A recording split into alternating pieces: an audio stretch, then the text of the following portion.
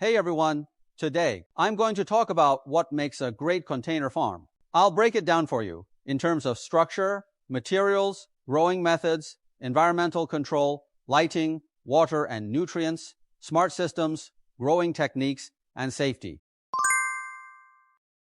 First up, structure. You've basically got two options. One is to modify an existing container, like a used shipping container, and turn it into a fund. The other is to go with a brand new, custom-built container.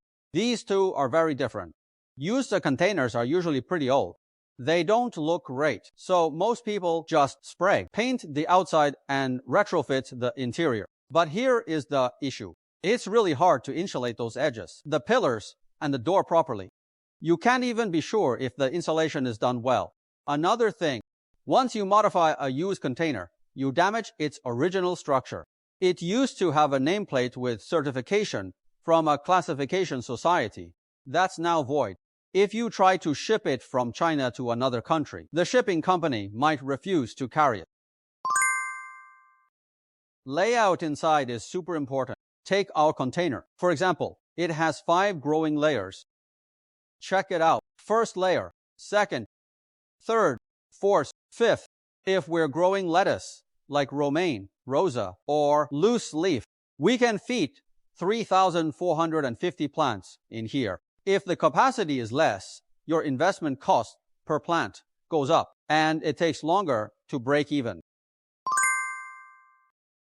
It's best to use stainless steel and durable water pipes, plus aluminum frames. They last long, don't rust easily, and can serve you well for 10 to 15 years. Same with the lights. We use aluminum housing instead of plastic. Aluminum dissipates heat much better. Now, let's talk growing methods. The irrigation. There are 3 main types. Hydroponics is one. In a container, you'd probably use shallow water culture. Deep water culture and flood and drain aren't really suitable.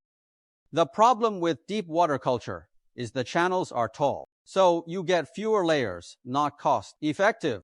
Flood and drain requires precise calculation of flow and drainage rates per layer, which is tricky. So we don't recommend it.